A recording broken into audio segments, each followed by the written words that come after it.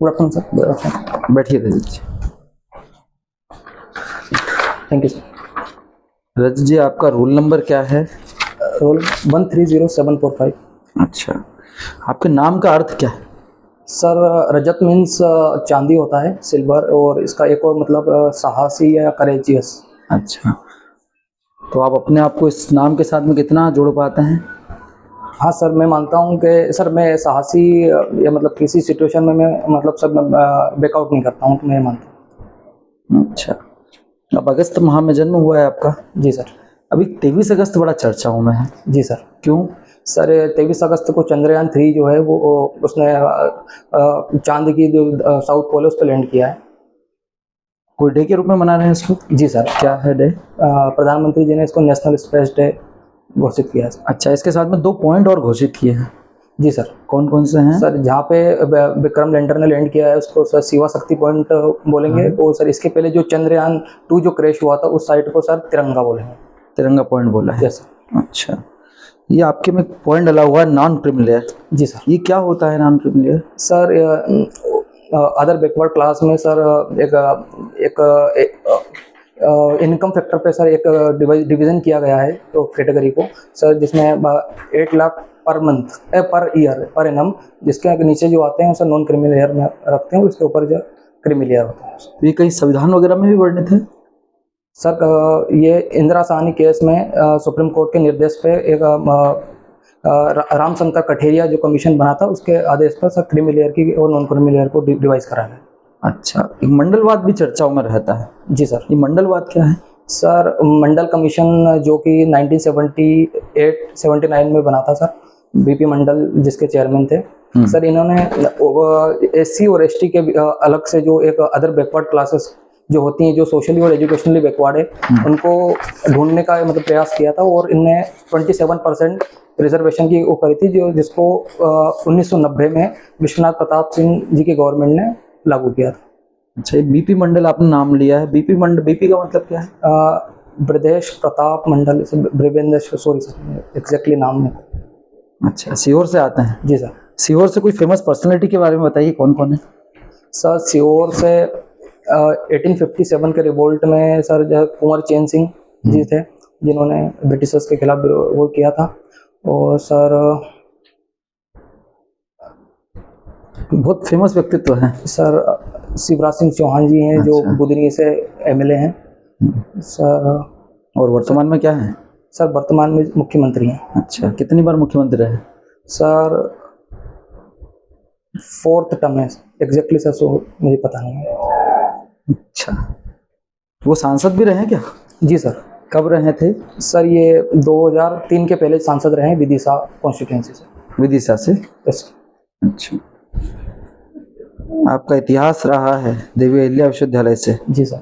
और अच्छा, इतिहास में मुझे कोई 3 ऐसे राजाओं के नाम बताइए या ऐसे व्यक्तित्व के नाम बताइए जो संविधान में भी उनके बारे में बताया गया, या उनका कहीं ना कहीं वर्णन चित्र के माध्यम से कहीं पर बताओ उनके बारे में। सर एक तो मौर्यन किंग अशोक के बारे में है सर, जिसमें जो अपना एम्बलम है नेशनल एम्बलम, इसके अंदर उनसे रिलेट होता है। एल्बम? Emblem national emblem. हाँ, और सर अभी मैं याद। अच्छा, आपके अनुसार इतिहास में कोई सबसे अच्छा राजा कौन था? सर तीनों मतलब इतिहास मतलब एंशिएंट मॉडर्न कोई भी है जो आपको सबसे अच्छा लगा हो। सर मुझे अशोक बहुत। क्यों?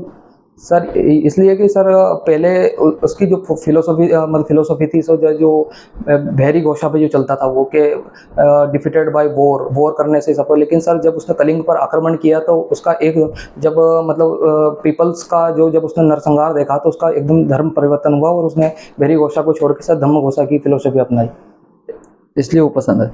जी सर। तो इससे अच्छा तो फिर अकबर है ना, इतने सारे काम किए, हिंदू मुस्लिम यूनिटी के ऊपर काम किया, धर्म को लेकर काम किया है, वो क्यों नहीं? सर एक कभी किसी को चुनना है तो सर अकबर भी है, लेकिन सर मैं अर्थशास्त्र के रूप में देखोगे तो आपको अलाउद्दीन खिलजी मिल जाएंगे। जी सर। ना किसी ने मतलब इस रूप में काम किया, इनको तो केवल आपने युद्ध लड़ते, युद्ध तो कई लोगों ने लड़ा है। नहीं सर, जैसे इनके भावना पड़ते हैं, जैसे एकदम से जो सडन चेंजेस लाना है अपनी पर्सनालिटी में एक उस समय, क्योंकि उनके पास पूरा राज्य था, वो मतलब उनका कोई दबाव नहीं था या कुछ भी नहीं था, इसके बाद में भी उन्होंने अपनी फिलोसफी चेंज की, पैन इंडिया एम्पायर होने के बावजूद। तो इससे फिर ऐसे ऐसे राजा भी रहे जिन्होंने अपना राजपाट छोड़ ही दिया था, संत बन गए, कोई ऐसे रहे क्या? जी सर। कौन थे? सर विक्रमादित्य हैं, सर भरतहरि हैं, सॉरी सर, जो मालवा के हैं, जिन्होंने अपना राज्य अपने भाई के उसमें देके उन्होंने संन्यास ले लिया। अच्छा, महात्मा बुद्ध भी ऐसे ही थे क्या?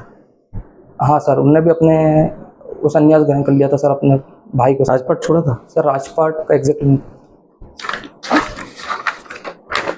क्रिकेट खेलना पसंद है आपको? जी सर। क्या करते हैं क्रिकेट में? सर मैं ऑलराउंडर हूँ सर, मैं left hand batsman plus medium arm. अभी वर्तमान में बीसीसीआई के जो सिलेक्टिंग कमेटी है उसके चेयरपर्सन कौन है? सर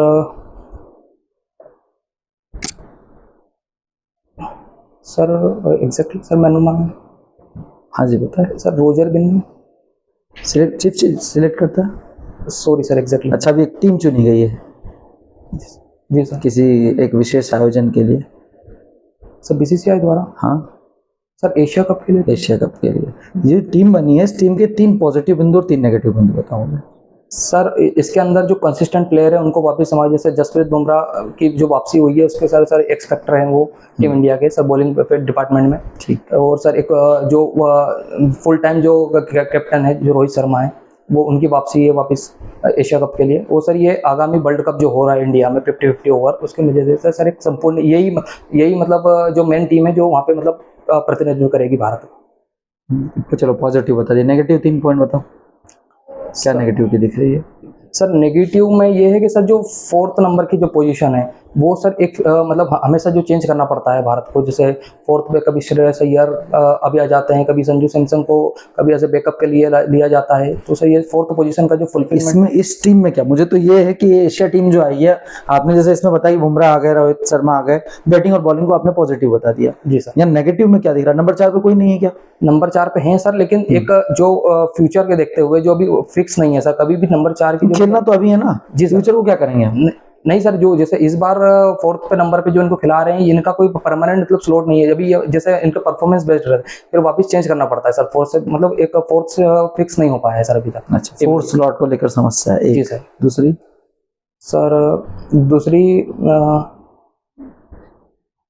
सर बॉलर्स को लेकर भी सर, जैसे स्पिनर्स को लेकर, स्पिनर्स जैसे सर अश्विन या तो चहल और कुलदीप, इन दोनों में से सर एक ही को खिला सकते हैं, उसमें मतलब जगह नहीं बन पा रही, लेकिन इफेक्टिव दोनों हैं सर, तो उसके लिए भी एक मतलब है सर। तो जैसे इस बार एशिया कप टीम में चहल को बाहर कर दिया गया क्योंकि सर उनका बनता था, कोई इनका परफॉर्मेंस मतलब खराब नहीं था, लेकिन उसके बावजूद उनके प्लेस नहीं हो पाई उसमें सर 15 में। तो हटा देते, किसी और को हटा देते उनकी जगह सर। अगर जरूरत थी तो बाकी सर स्पिनर पे ही पोजीशन ऐसी है जो सर मतलब वो कर सकते थे, बाकी तो सब फिक्स हैं सर। अच्छा, और तीसरा? सर अभी तो इस अच्छा, इंडिया में मैच होने वाले हैं या नहीं? कहाँ होने वाले हैं सर? ये पाकिस्तान और श्रीलंका होस्ट कर रहा है। श्रीलंका में होस्ट कर रहा है। मानो अगर इंडिया में होना होता और आप पिच बनाने वाले होते, सर क्या कैसी पिच बनाते? सर पिच में सर मैं सर न्यूट्रल पिच या वो आपकी इच्छा। आप जो है सर हल्की सी घास हो पिच पे, जिसके कारण फास्ट बॉलर को मदद मिले, वो जितना हो सके सर मतलब पिच सपाट ना हो, ताकि मतलब जो इंडियन जो स्पिनर्स हैं उनको सबसे ज़्यादा मदद मिले, और जो बाहर से जो कंट्रीज आई हैं उनको इतना मतलब। घास छोड़ने पर स्पिनर को मदद मिलेगी या फास्ट बॉलर को मदद मिलेगी? सर घास होने पर जो फास्ट बॉलर को मिलती है। तो आप घास भी डाल रहे हैं और बोल रहे हैं स्पिनर को भी मदद? नहीं सर, मैं 2 बोल रहा हूँ कि सर एक मैं सपाट पिच नहीं बनाऊंगा, बाटा पिच, जिससे स्पिनर को मदद मिले। तो रजत जी। जी सर। आपने अपने क्रिकेट के बारे में बताया, तो जी सर। अब आपके कुछ सब्जेक्ट्स में आ जाते हैं। जी सर। तो भूगोल की बात कर लेते हैं। जी सर। तो आपने देखा होगा सतपुड़ा और विंध्याचल, जी सर, ये जो 2 लंबी पर्वत श्रृंखलाएं हैं जी सर, जो मध्य प्रदेश में है, जी सर। तो ये दोनों पर्वतों के बारे में विशेषकर आप बताइए सतपुड़ा के बारे में। सतपुड़ा के बारे में आप क्या क्या जानते हैं, भौगोलिक दृष्टि से बताइएगा। सर सतपुड़ा रेंज एक ब्लॉक माउंटेन रेंज है जो कि सर नर्मदा और तापी नदी के बीच में सर ईस्ट टू वेस्ट फैला हुआ है सर। जो सर इसके 3 पार्ट है मेनली सर। जो ईस्टर्न पार्ट है वो सर मैकाल श्रेणी बोलते हैं जिसको, जो मिडिल पार्ट सर महादेव, और जो सर वेस्टर्न पार्ट है जो राजपीपला है वो सर। इसकी हाईएस्ट पिक सर पंचमढ़ी है, जो कि मध्य प्रदेश के होशंगाबाद डिस्ट्रिक्ट में महादेव रेंज के अंतर्गत आती है। पंचमढ़ी है सर धूपगढ़, सॉरी पंचमढ़ी में धूपगढ़ है एक इसकी पिक। क्या है, उसकी ऊंचाई कितनी है? सर उसकी है 1350 मीटर्स। 50। अब आपने बताया ये ब्लॉक माउंटेन है। जी सर। तो ब्लॉक माउंटेन का निर्माण कैसे होता है? सर ब्लॉक माउंटेन का निर्माण सर फॉल्ट के कारण होता है, जब दो प्लेट आपस में दूर जाती हैं सर, मतलब डाइवर्जेंस प्लेट बाउंड्री के उसके अंदर होता है सर। जब दो पर्वत पठार के बीच में सर जब रिफ्ट वैली का निर्माण होता है, जैसे कि नर्मदा रिफ्ट वैली या तापी रिफ्ट वैली, तो इन दोनों के बीच में नहीं, आप मेरे को बताइए फोल्ड से कैसे बनता है, क्योंकि फोल्ड से तो फोल्डेड माउंटेन बनते हैं। सर फोल्ड गलित पर्वत। Sir fault range divergent fault कैसे बनता है? सर जब दो प्लेट आपस में दूर जाती हैं तो डाइवर्जेंस प्लेट बाउंड्री के कारण सब फॉल्ट होता है। कंफर्म है आप? जी सर। गलत है लेकिन आप। Sorry sir. चलिए, अब आप ये बताइए कि मध्य प्रदेश में जो सबसे उपजाऊ मृदा है वो कौन सी है? सर मध्य प्रदेश में सबसे उपजाऊ मृदा जो है सर एलुवियल सॉइल है। कहाँ पर पाई जाती सर है? ये सेंट्रल इंडिया प्लेट्यू में, सो जो मेनली भिंड, मुरैना या ग्वालियर के जो क्षेत्र हैं वहाँ पाई जाती है। और सबसे ज्यादा मृदा कौन सी पाई जाती सर सबसे ज़्यादा ब्लैक सॉइल है सर। है? ब्लैक सॉइल में भी कोई प्रकार है जो सबसे ज्यादा पाई जाती है? सर ब्लैक सॉइल के कितने प्रकार है? सर 3 प्रकार हैं। कौन कौन से? Sir shallow black soil, deep black soil और एक मॉडरेट सॉइल है सर। Moderate sir. हाँ, मॉडरेट। ठीक है। सबसे ज्यादा कौन सा है? सर एग्जैक्टली तो मुझे नहीं पता, लेकिन सर शैलो ब्लैक सॉइल मुझे लगता है सर। ठीक है। अब सबसे ज्यादा फसल कौन सी उगाई जाती है मध्य प्रदेश में? सर मध्य प्रदेश में सर जो खरीफ फसल जो है, जो खरीफ फसल है उसमें मेनली सर सोयाबीन जो मालवा के अंतर्गत होता है, और सर जो ईस्टर्न पोर्शन है सर यहाँ पे राइस की खेती होती है सर। अच्छा, आप सीहोर से आते हैं, तो सीहोर की कौन सी फसल विश्व प्रसिद्ध है? सर सरबती गेहूँ वो विश्व है सीहोर। क्या खास बात होती है उस गेहूँ? सर ये सीहोर की जो क्लाइमेटिक कंडीशन है वो एक मीडियम प्रोवाइड करती है, ताकि गेहूँ सर सुनहरे कलर के जो होते हैं गेहूँ, मतलब अच्छी क्वालिटी के होते हैं सर, उसमें इम्प्योरिटीज नहीं होती हैं बिल्कुल भी। और सर जैसे ब्लैक सॉइल और सर अवेलेबिलिटी ऑफ वाटर और जो मॉडरेट क्लाइमेट है जो सीहोर का, अच्छा फेवरेबल कंडीशन प्रोवाइड करता है तो शरबती गेहूँ को मतलब एक विश्व प्रसिद्ध बनाने के लिए। और कोई फैक्टर? बारिश? हाँ सर बारिश होती है, और सर नर्मदा वैली के जो रीजन है उससे पानी की सिंचाई होती है सर, इसमें मतलब इरिगेशन फैसिलिटीज अच्छी है। अच्छा, मध्य प्रदेश में अगर आप देखेंगे तो सबसे ज्यादा वर्षा किस मानसून से होती है? सर साउथ वेस्ट मानसून से होती है।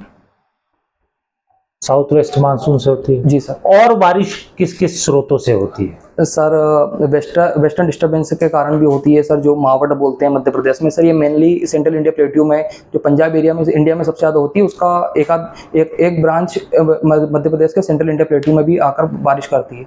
तो मालवा में नहीं होता क्या? सर मालवा में इतना पिक पे नहीं होता है, लेकिन सर अनइवन डिस्ट्रीब्यूशन होता है मालवा में, लेकिन सर सेंट्रल इंडिया प्लेट्यू में मैक्सिमम। ठीक है, तो आपने बता दिया साउथ वेस्ट मानसून, आपने वेस्टर्न डिस्टर्बेंस बता दिया, और सर रिट्रीटिंग मानसून से सर इतना देखा नहीं जाता है, लेकिन सर ईस्टर्न पोर्शन पे कभी कभी बारिश हो पाती है, जो सर लौटता हुआ मानसून जो होता है उससे। Retreating monsoon? जी सर। भारत में कहाँ कहाँ बारिश होती है रिट्रीटिंग मानसून से? सर रिट्रीटिंग मानसून से मेनली तमिलनाडु में बारिश होती है और आंध्र प्रदेश के कुछ कोस्टल एरियाज में। भाई तमिलनाडु कहाँ है और कहाँ मध्य प्रदेश है? नहीं सर, जैसे कुछ अदर फैक्टर्स कभी और। अच्छा, रिट्रीटिंग मानसून आता कब है? सब टाइमिंग बताइए। सर ये आता है सितंबर अक्टूबर के जब मानसून लौट रहा होता है। और western disturbance? Sir western disturbance mainly दिसंबर जनवरी के माह में आता है। ठीक है। और कोई सोर्स जिससे बारिश होती है? Sir mainly sir pre monsoon shower होता है सर। नहीं, वो तो मानसून का ही पार्ट है, प्री मानसून अभी। और कोई? सर इतना। बे ऑफ बंगाल ब्रांच? हाँ यस सर, ये साउथ वेस्ट मानसून का ही भाग है, जो 2 ब्रांचों में आकर मध्य प्रदेश में आती है। एक अरेबियन सी से आती है सर, एक बे ऑफ बंगाल। और बे ऑफ बंगाल से की शाखा से भी बारिश होती है? जी सर। कहाँ कहाँ होती है? सर ईस्टर्न पोर्शन में सबसे ज़्यादा होती है, जो बालाघाट एरिया है या जो शेडोल वगैरह है। और सर यही बे ऑफ बंगाल ब्रांच और अरेबियन ब्रांच दोनों पंचमढ़ी में या सतपुड़ा ब्रांच में आकर टकरा के बारिश करती है। अच्छा, अगर आप भौगोलिक रूप से देखें तो मध्य प्रदेश किस बड़े भाग का हिस्सा है? जी sir. Sir Madhya Pradesh mainly peninsular India का भाग है सर, जिसके अंदर डेक्कन प्लेट्यू का जो पोर्शन है वो मालवा प्लेट्यू का उसका भाग है सर। अच्छा, ये जो काली मृदा का निर्माण हुआ है, जो मालवा प्लेटू जिससे पूरा बना है, जी सर। जिसको आप डक्कन ट्रैप बोल रहे हैं, जी सर। तो इसका निर्माण कैसे हुआ? सर इसका निर्माण मेनली सर लावा के अपरदन से हुआ है सर। जब जो डेक्कन प्लेट्यू है वो सर मेनली लावा से बना हुआ है। सब जब वोल्केनिक एक्टिविटी हुई थी इस रीजन में सर, उसके बाद में जो लावा का जो वेदरिंग से और इरोजन और वेदरिंग से सर इस मृदा का निर्माण हुआ। क्या खास बात होती है इस मृदा में? किस चीज की अधिकता होती है और किसकी कमी होती है? सर इसके अंदर मेनली आयरन प्रचुर मात्रा में होता है और सर इसके अंदर एनपीके जो होता है वो थोड़ा कम मात्रा में होता है और सर इसमें लाइम अच्छी मात्रा में होती है। तो सर इसकी खासियत ये है कि सर इसके अंदर पानी होल्ड कर सकती है सर ये काफ़ी टाइम तक। वाटर रिटेंशन क्वालिटी है सर, ठीक है। उसका क्या फायदा मिलता है कृषि में? सर इसका फायदा ये है कि सर कहाँ जहाँ पर जल के स्रोत कम है इरिगेशन फैसिलिटीज़ के, वहाँ पे एक बार सिंचाई करने के बाद जो अंतराल होता है दूसरी सिंचाई करने में वो कम हो जाता है। ठीक है। रजत जी बताइए, सिविल सेवा में क्यों आना चाहते हैं आप?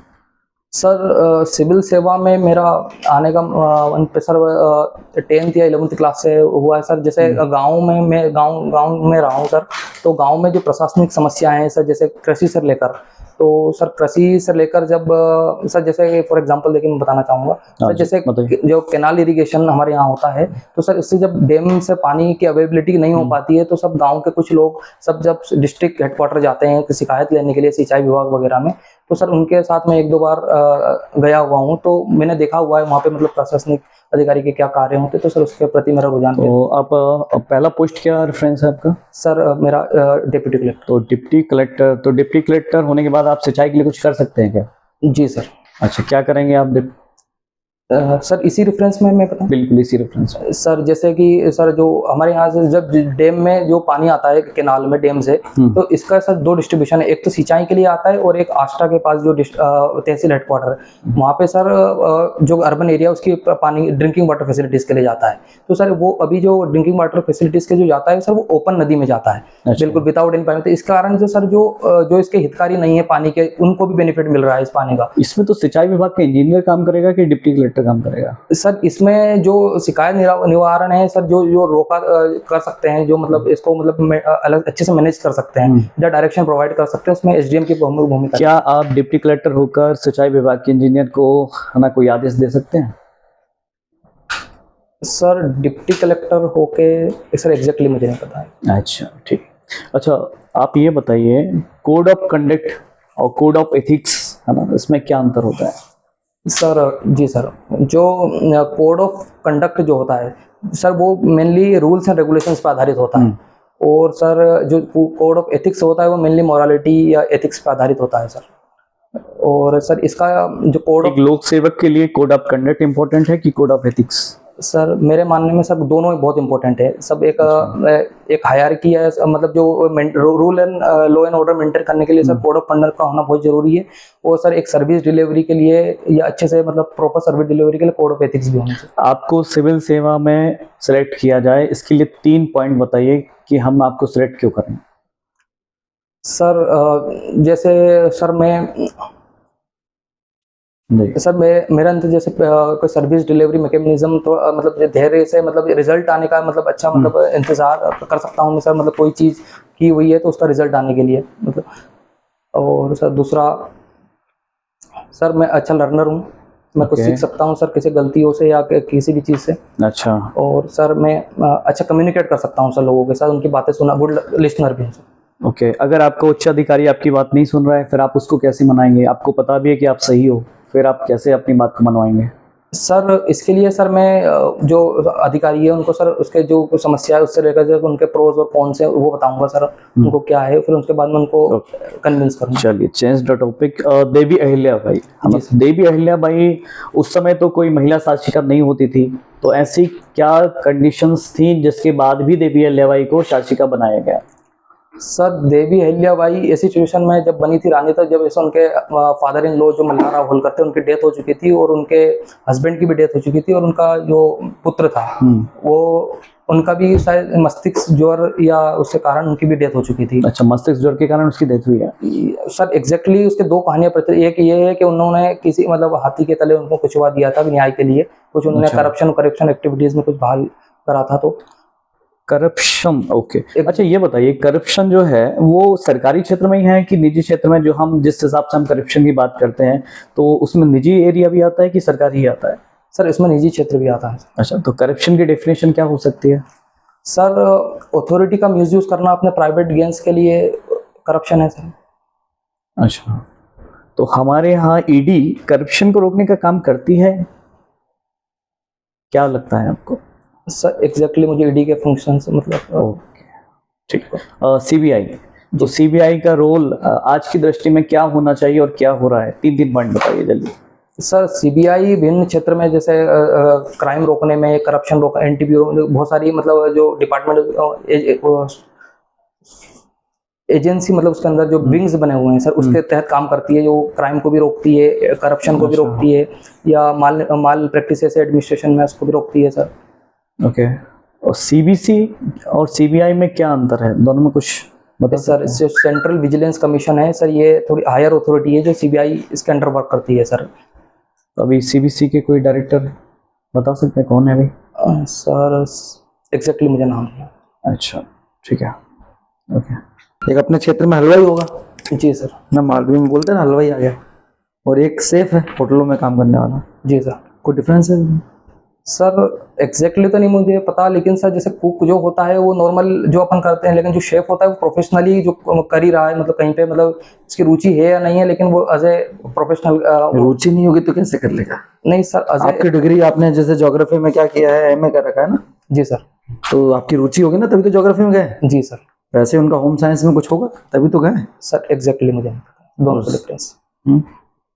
एक ही है दोनों? सर मुझे एग्जैक्टली नहीं पता उनका। अच्छा, ठीक है, thank you. Thank you sir, thank you.